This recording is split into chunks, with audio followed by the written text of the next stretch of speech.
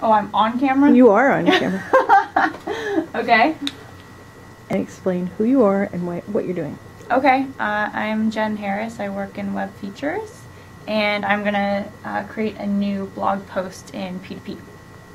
So first thing we're going to do from your home screen is you're going to click on where it says create new content item. And you're going to scroll down to where it says story. This is going to open up a new content item for us. Okay, so what I like to do is work on this portion first and fill out a headline. This would be a test travel blog post. Okay, and byline. Pretend it's from me. Now, Jen, in that byline file, yes, or in that byline line, it already says by, because that's the way I set it up. Yes. So if you were going to do that, how would you tell people to do that? To set it up? Mm-hmm. Okay. All right. You know what? Let's backtrack a little bit. We'll leave this. We'll come back to this.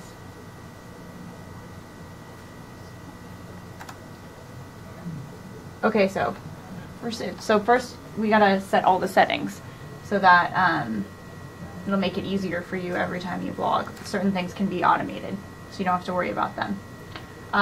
One of them is the content item state, so you can set that to working. Expiration period should be set to 6 months.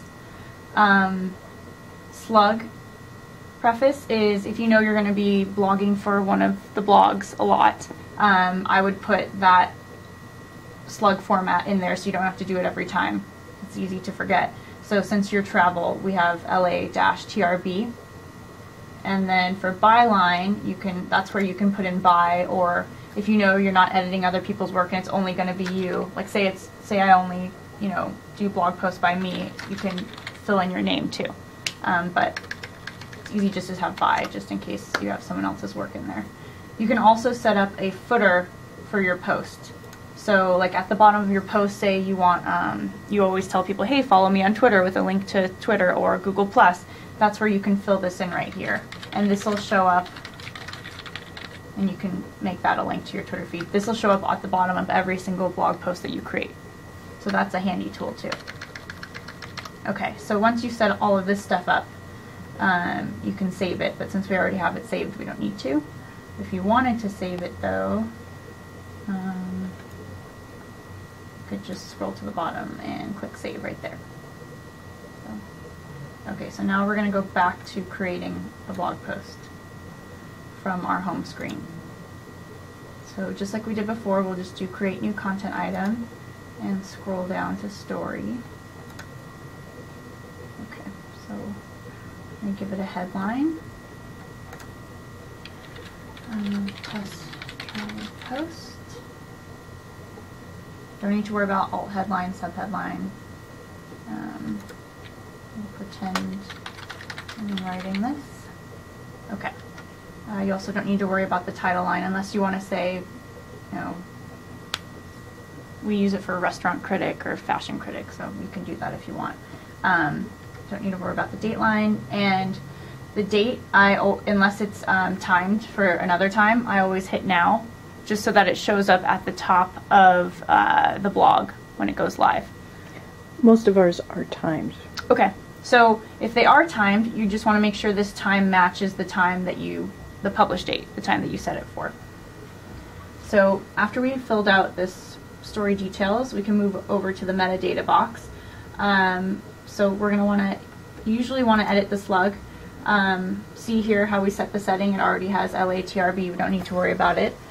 Then dash, you want to have a couple keywords from your post. It'll automatically pull from your headline, but in case your headline is catchy or doesn't have the right keywords in it, you can fill in those keywords here and edit it. And I would leave the date as is. So you'll just come in here and just edit from here on. Jen, are the words in the slug important for SEO?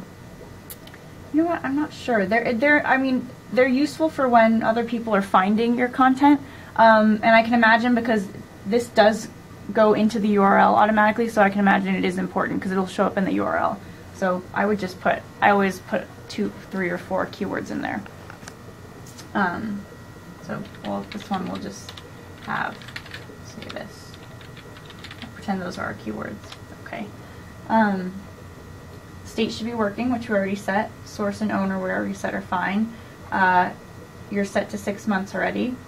And do we want to practice a publish date? Okay, so say we want to publish this tomorrow at 6 a.m. You would just click on this little calendar icon and set it to tomorrow, the 8th, at 6 a.m. It's in increments of 5 minutes. And then just click OK. Okay, and then so now we're going to go over and change this date so that the date that shows up on the post matches when it goes live.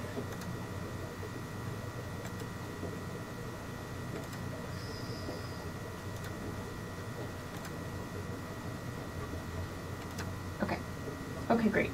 So now that we have that set, we can move over to the body field and where you'll actually put in your text. So if you, do we have some sample text that you want to put in there? Okay, that's fine. So sample blog post. Okay.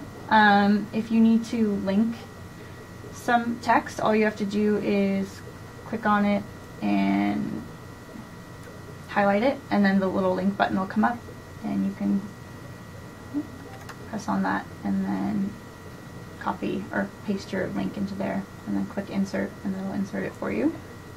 And are we required on the second box, the pull down box, to put open another window, open in same window? You don't have to. I always put open in a new window, just because say you're linking off the site, you don't want to bring them off the site on the same window, so that way if they do it in a new window, they'll still be on our site and just have a new window open to whatever we link off to. You don't have to, though. There's no, they haven't set like a practice for that. So. And how about the third box? Is it necessary to explain what that site is? No, you don't have to. Okay. Yeah. Okay, so. Also, you can paste YouTube video if you want to embed a YouTube video directly into the box. We can do that too. Here, I'll do a sample one. Just go to youtube.com. Say I want to use this one in my post. You would just click on share and grab the embed code. Going to embed, the code will pop up. Okay, you're going to want to copy it, and you can put it straight into the box. You don't need to switch over to plain text or worry about any code or anything. So say I want it at the top. I would just paste that.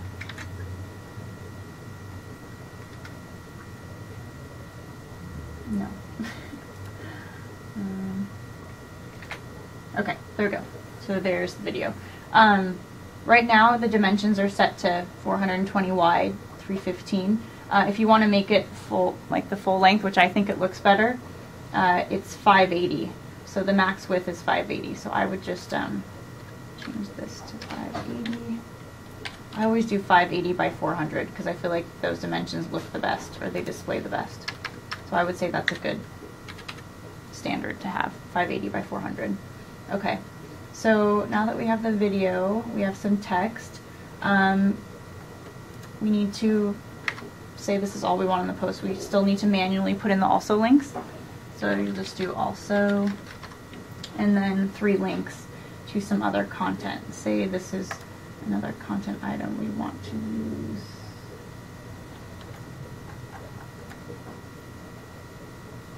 Okay, you would grab the headline, or actually you would have to type in the headline. We'll just, okay, so Yosemite antivirus.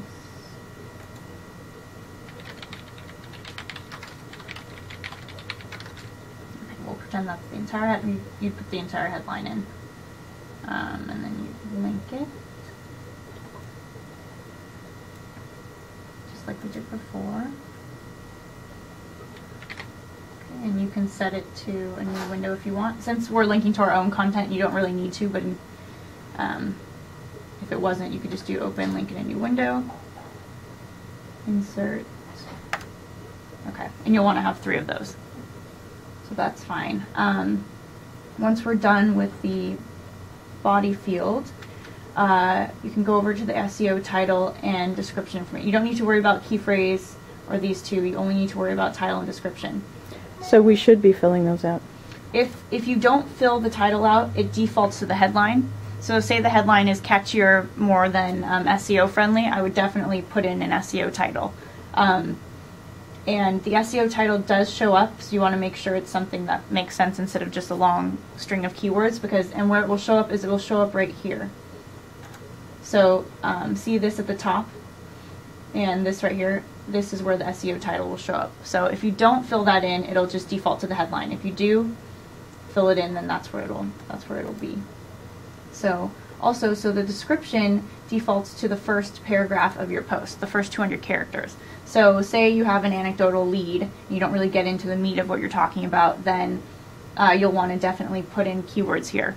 This is also visible to people, like when you share this on Facebook, that little blurb that comes up, that's the SEO description. If you don't have one, it'll just, be the first paragraph. But so it should resemble a sentence, even if it has a bunch of keywords in there, it should still look like a sentence. And that's all you have to, and that's all you have to do for the SEO data field. Okay, so we're going to scroll down to, you don't need to worry about mobile data or any of these content properties. You can leave those blank. Okay, so now you're going to actually put the blog post into a collection, which means onto a blog. So you'll just, under your favorite collections, you'll just click whichever blog you want it to go on. If we wanted the travel blog, just click travel blog or whichever one you wanted. And then you're going to add a photo. So you do that by, at the bottom, clicking related items and uploading. Ideally, you'll have a photo on your desktop that you saved from MediaSphere or a handout or whatever source you have it from. We'll upload one now. Can I grab one from your desktop? Sure. Okay. So let's see. We'll grab this one. Okay. Open. Okay, so once this downloads, it's going to pop up with an edit box like this. Okay, so the slug is already automated. You don't need to worry about that for the photo. The cut line is the title for the photo. So the cut line is what will show up if for some reason your photo doesn't load. It's kind of like the alt, when we're using typepad, like the alt text. Which, yeah, basically it's just, and also if you don't fill out the caption, this is what will show up in place of the caption. But for SEO reasons, I always fill out a cut line and a caption, just so there's more information for Google to pull from. So this will be, I'll pretend this is Portland Hotel.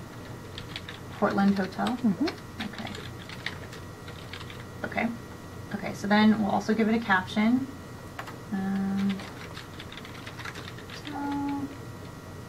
It's great for weekend stays, or whatever it is. Okay. So then you're going to give it a credit. The way you do the credit is the photographer's name. Christopher Reynolds. Okay. But this is how it should be formed. So it should be the photographer's name, space, / space, and where they're from. Los Angeles Times or, Associated Press photos, Getty Images. Then you want to fill out the source for the photo. It'll be Los Angeles Times, because he's from Los Angeles Times. Okay. You don't need to worry about holding the photo. The photo expiration date is going to default to the expiration date of the post, so that's all set for you. And you want to make sure you turn your photo live, because the copy desk will not do it. And then it'll go up without a photo, which is not good. So I'm going to make sure this is live. And okay. One question on the date on the undated part. Because we're often using handout art, would it be suggested to undate the photo so that it doesn't look as though it was shot the day you created the post? Yeah, you can undate the photo. Yeah, I think that's a good practice to have. And I mean, I never include a date for the photo unless it's something really timely. But yeah, for features, for this stuff, you could definitely undate the photo. But yeah. What else? Oh, okay. You want to make sure that this is checked so that you have create a thumbnail for your photo, for your post. And okay, so we have our slug, our cut line, undated photo, caption, credit, source, expiration date, set to live. Click OK. So it'll automatically give you thumbs. If you, for some reason, maybe it's cutting off something that you don't like, you can draw your own thumb on this crop box just by going like that. So say we like that better. You can move it around, but okay, so we'll submit this. This is now, okay, so now we have that, and that's it. We just save it and send the full headline to the copy desk, and in the subject, in the body field of the email, include the slug, and that's it.